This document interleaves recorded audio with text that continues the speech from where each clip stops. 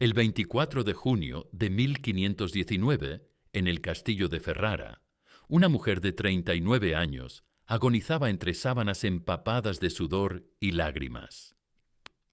Lucrezia Borgia, duquesa de Ferrara, princesa de la Iglesia, la mujer más hermosa del Renacimiento, susurraba una confesión que nadie quería escuchar.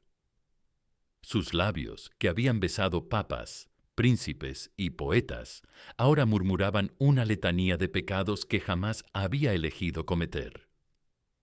Dicen que el cuerpo no miente, y el de Lucrezia contaba una historia que el mundo prefería ignorar. Era el cuerpo de una niña que fue violada por su padre, vendida como ganado, casada 3 veces antes de cumplir 18 años, y que durante décadas cargó con la culpa de crímenes que otros cometieron en su nombre. Su piel, que los cronistas describían como alabastro besado por ángeles, estaba ahora amarillenta por la fiebre puerperal. Sus cabellos dorados, que inspiraron sonetos y guerras, se pegaban húmedos a su frente sudorosa. Ya no era la seductora que pintaron los historiadores, ya no era la envenenadora que susurraban los enemigos de su familia, ya no era la mujer fatal que inmortalizó la leyenda. Solo era una madre muriendo después de dar a luz, preguntándose si Dios podría perdonar a alguien que había sobrevivido al infierno, convirtiéndose en parte de él. Sus últimas palabras fueron una súplica: perdóname por lo que nunca elegí ser.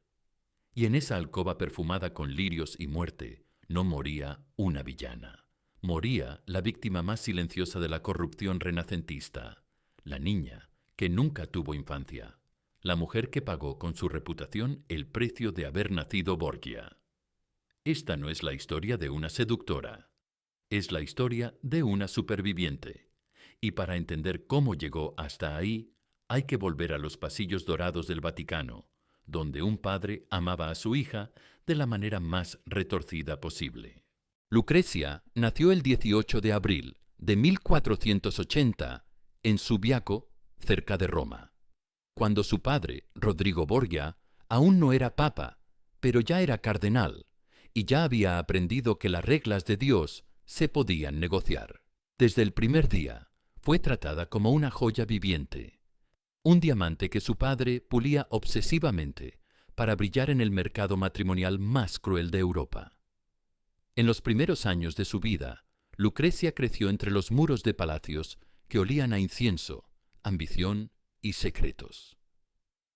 Su padre la adoraba con una intensidad que incomodaba incluso a los cortesanos habituados a la decadencia.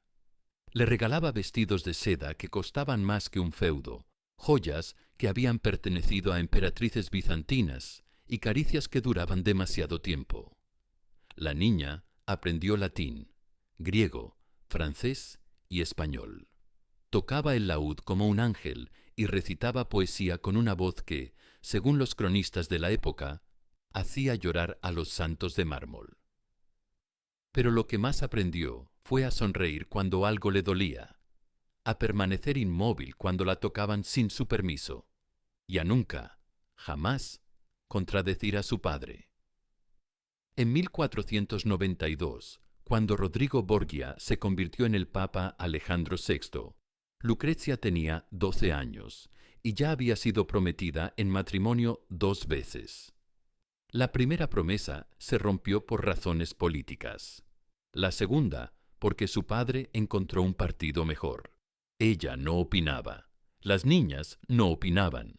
Los objetos valiosos no tienen voz. El Vaticano se transformó entonces en su jaula dorada. Su padre, ahora vicario de Cristo en la tierra, organizaba banquetes donde ella era la atracción principal. Una niña hermosa y pura que debía caminar entre cardenales borrachos mientras ellos calculaban el valor de su virginidad en ducados de oro.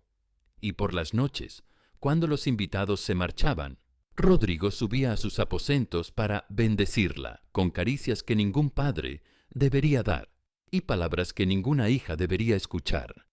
La corte papal susurraba, los embajadores escribían cartas cifradas, los confesores se santiguaban en silencio. Pero nadie hablaba. porque cuando Dios tiene rostro de hombre y manos de depredador, ¿quién se atreve a denunciar al cielo? En 1493, a los 13 años, Lucrecia fue entregada a Giovanni Sforza, señor de Pesaro, en lo que los cronistas llamaron la boda del siglo. Ella llevaba un vestido de brocado de oro que pesaba más que su propio cuerpo, y una sonrisa que había ensayado durante meses en el espejo.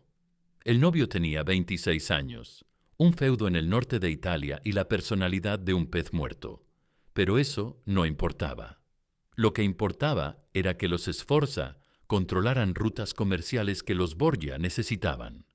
El matrimonio fue un desastre desde la primera noche. Giovanni descubrió que su esposa llegaba al lecho nupcial con más conocimiento carnal del que una virgen debería tener. No hizo preguntas. Los hombres inteligentes no hacían preguntas sobre los Borgia, si querían conservar la cabeza sobre los hombros. Durante 3 años, Lucrecia vivió en Pesaro como una prisionera de lujo. Su esposo la ignoraba de día y la usaba de noche con la delicadeza de quien maneja una herramienta rota. Ella escribía cartas a su padre suplicando volver a Roma, pero sus súplicas eran interceptadas por criados de Giovanni que temían las represalias papales. En 1497, cuando los intereses políticos de los Borgia cambiaron, Rodrigo decidió que el matrimonio debía anularse. La excusa oficial: no había sido consumado. Giovanni, enfurecido, gritó por toda Italia que eso era imposible, que había conocido carnalmente a su esposa miles de veces. Su error fue decir la verdad en voz alta. La respuesta llegó en forma de mercenarios con dagas envenenadas. Giovanni huyó de Pesaro en plena noche, dejando atrás a una esposa que nunca había amado, pero que tampoco había odiado lo suficiente como para verla morir. Lucrecia regresó a Roma sin dote, sin esposo, y con una reputación que ya empezaba a mancharse con susurros de incesto. Pero su padre tenía otros planes y otros compradores. Alfonso de Aragón era hermoso, joven, noble y sobre todo ingenuo. Cuando el Papa Alejandro VI le ofreció la mano de su hija en 1498, el muchacho de 17 años creyó que estaba recibiendo un regalo del cielo. Lucrecia, con 18 años, había florecido hasta convertirse en la mujer más deseada de Italia. Cabello como hilos de oro, ojos que cambiaban del verde al gris según la luz, y una sonrisa que prometía paraísos prohibidos. Alfonso se enamoró de ella con la desesperación de quien encuentra agua en el desierto. Lucrecia, por primera vez en su vida, correspondió a ese amor con algo parecido a la sinceridad. En Alfonso veía lo que podría haber sido su vida si hubiera nacido en cualquier otra familia. Un joven que la miraba a los ojos cuando le hablaba, que le pedía permiso antes de tocarla, que reía con sus bromas y lloraba con sus lágrimas. Durante 2 años fueron felices, un tipo de felicidad frágil, siempre amenazada por las sombras de la política papal, pero felicidad al fin. Alfonso construyó para Lucrecia un jardín secreto en el Palacio de Santa María in Portico, donde ella podía caminar sin guardias, sin protocolo, sin la mirada permanente de su padre. Allí, entre rosales y fuentes de mármol, Lucrecia volvió a ser lo que nunca había sido, una mujer joven enamorada. En 1499 nació Rodrigo, su primer hijo. Alfonso lloró de alegría al tomar en brazos al bebé, y Lucrecia experimentó por primera vez el amor sin condiciones, sin cálculos políticos, sin segundas intenciones. Durante unos meses creyó que tal vez Dios había decidido perdonarla por pecados que no recordaba haber cometido. Pero César Borgia, su hermano, tenía otros planes. César había regresado de Francia, convertido en duque de Valentinois, y con ambiciones que no cabían en toda Italia. Alfonso de Aragón era un obstáculo para sus alianzas con Francia, y César había aprendido de su padre que los obstáculos se eliminan, no se sorteaban. El 15 de julio de 1500, mientras Alfonso subía las escaleras del Vaticano, después de cenar con su esposa, varios hombres encapuchados lo atacaron con puñales. Sobrevivió, milagrosamente, pero quedó malherido en una habitación del Palacio Papal, mientras Lucrecia lo cuidaba día y noche con la desesperación de quien ve morir su única oportunidad de felicidad. César visitaba a su cuñado herido cada día, llevándole flores y sonrisas. El 18 de agosto, después de una de esas visitas fraternas, Alfonso murió entre convulsiones. Los médicos hablaron de envenenamiento. Lucrecia se encerró en sus aposentos durante semanas, negándose a comer, a vestirse, a hablar. Su hijo Rodrigo, de apenas 1 año, lloraba en brazos de nodrizas que no sabían cómo consolarlo. Cuando finalmente salió de su encierro, Lucrecia había cambiado. La inocencia que Alfonso había despertado en ella se había extinguido para siempre. Ahora sabía que en la familia Borgia, amar a alguien era condenarlo a muerte. Después de la muerte de Alfonso, Lucrecia se convirtió en otra persona. No por elección, sino por supervivencia. Comprendió que en el mundo de los Borgia solo había 2 opciones: ser víctima o ser cómplice, y ella ya había sido víctima suficiente tiempo. Su padre y César la observaban con una mezcla de lástima y cálculo. Lucrecia era más valiosa como viuda desconsolada que como mujer feliz. Su dolor la hacía parecer vulnerable, y los hombres poderosos se sentían atraídos por las mujeres vulnerables. Era el momento perfecto para una nueva boda, una nueva alianza, una nueva venta. En 1501 llegó Alfonso d'Este, heredero del ducado de Ferrara, un hombre maduro, culto, con fama de ser más interesado en el arte que en la política. La negociación fue brutal: 100.000 ducados de dote, la legitimación de los hijos bastardos de Alfonso y la promesa papal de que Ferrara sería protegida de las ambiciones francesas. Lucrecia era parte del paquete, no la compradora. Pero esta vez ella negoció sus propias condiciones. Quería llevarse a su hijo Rodrigo. Quería una corte propia, independiente de la influencia directa de su padre. Y quería la promesa de que si alguien atentaba contra la vida de su futuro esposo, ella misma se encargaría de la venganza. César rió cuando escuchó estas peticiones. Su padre sonrió con orgullo. Finalmente, Lucrecia había aprendido las reglas del juego familiar. El 2 de febrero de 1502, Lucrecia se casó por tercera vez. Tenía 22 años, 2 matrimonios rotos a sus espaldas, un hijo ilegítimo y una reputación que la precedía como una sombra venenosa. Alfonso d'Este la recibió en Ferrara con honores de princesa, pero también con la prudencia de quien compra un objeto hermoso y peligroso. Los primeros años en Ferrara fueron una danza delicada entre 2 personas que se respetaban pero no se conocían. Alfonso era inteligente, culto, amante de la música y la poesía. Lucrecia, educada en las intrigas vaticanas, tenía una mente política más afilada que la mayoría de cardenales. Juntos formaron una pareja formidable, pero siempre había fantasmas en su matrimonio. Alfonso de Aragón, que había muerto por amarla, y César Borgia, que podía volver a matar si ella volvía a amar. En 1505 nació Ercole, el primer hijo de su matrimonio con Alfonso d'Este. Lucrecia lo miró en brazos y se prometió que este niño crecería sin conocer nunca los secretos que ella había aprendido demasiado joven.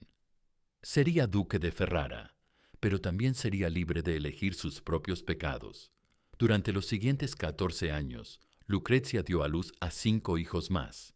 Se convirtió en una de las mecenas más influyentes del Renacimiento y transformó la corte de Ferrara en un refugio para artistas, poetas y pensadores. Pero nunca pudo transformarse a sí misma en alguien que no fuera una Borgia. En 1519, a los 39 años, Lucrecia enfrentó su último parto. El embarazo había sido difícil, marcado por fiebres, sangrados y presentimientos que no podía quitarse de encima. Los médicos de Ferrara, los mejores de Italia, habían tratado de convencerla de que todo era normal, pero ella sabía reconocer las señales de la muerte. Había vivido demasiado tiempo rodeada de ella. El 14 de junio de 1519 dio a luz a una niña que murió pocas horas después. El parto fue brutal, complicado, sangriento. La fiebre puerperal se instaló en su cuerpo como un invasor familiar, y Lucrezia supo que había llegado su hora de rendir cuentas. Durante los 10 días que duró su agonía, confesó pecados que nunca había cometido y guardó silencio sobre crímenes que otros habían cometido en su nombre. Habló de las noches en que su padre había subido a sus aposentos cuando era niña, de los matrimonios que habían sido violaciones legalizadas, de las muertes que había presenciado sin poder evitar. Pero también habló de sus hijos, de las obras de caridad que había financiado en secreto, de los artistas que había protegido, de las mujeres jóvenes que había salvado de matrimonios forzados, pagando sus dotes con su dinero personal. Su vida había sido una lucha constante entre la víctima que fue y la mujer que quiso ser. Alfonso d'Este permaneció a su lado durante toda la agonía, sosteniéndole la mano mientras ella deliraba con fantasmas del pasado. Nunca había amado apasionadamente a su esposa, pero había aprendido a respetarla como a nadie más en el mundo. Era una mujer que había sobrevivido a una familia que devoraba a sus propios hijos y había logrado crear algo hermoso en medio de tanta podredumbre. El 24 de junio de 1519, Lucrezia Borgia exhaló su último aliento mientras susurraba el nombre de Alfonso de Aragón, el único hombre que la había amado sin querer nada a cambio. Su cuerpo, que había sido moneda de cambio, territorio de conquista y símbolo de corrupción, finalmente encontró la paz que en vida nunca había conocido. La muerte de Lucrezia no trajo lágrimas sinceras a Roma. Su padre había fallecido 16 años antes, alcanzado por las mismas intrigas que él mismo había tejido. César había perdido la vida en una emboscada en tierras lejanas, sin que sus asesinos supieran que eliminaban al hombre más temido de Italia. La dinastía Borgia, como tantas otras que confundieron el poder con el afecto, terminó devorándose a sí misma. En Ferrara, Alfonso d'Este ordenó una tumba sobria para su esposa. No tenía símbolos pontificios ni escudos familiares, solo una inscripción simple. Aquí yace una madre. Fue el único papel que Lucrezia eligió libremente para sí misma. Pero la memoria no siempre respeta la verdad. Alimentados por rivales de los Borgia y la necesidad de encontrar figuras controvertidas, los cronistas transformaron a la víctima en autora de intrigas. Se la retrató como una mujer de belleza peligrosa, sin escrúpulos, experta en manipular a quienes la rodeaban. Resultaba más sencillo imaginarla como una figura oscura que aceptar la historia de una joven atrapada en decisiones ajenas. Durante siglos, artistas y escritores inmortalizaron una versión de Lucrezia que jamás existió: seductora, calculadora, dueña de un destino que en realidad le fue impuesto.